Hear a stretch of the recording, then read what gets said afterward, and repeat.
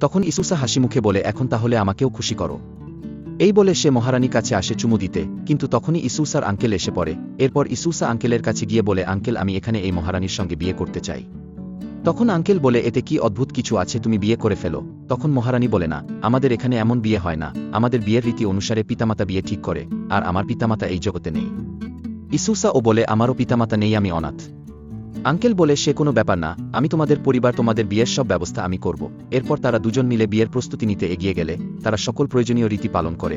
সবকিছু সম্পন্ন হলে তাদের একে অপরকে চুমু দেওয়ার অনুমতি দেওয়া হয়।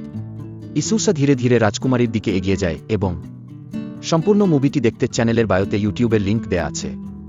এই দৃশ্যের সাথে এই ড্রামা এখানেই শেষ হয়ে যায়। পরবর্তী যে কোনো ম্যাজিক্যাল ড্রামা নিয়ে তোমাদের সাথে হাজির হয়ে যাব।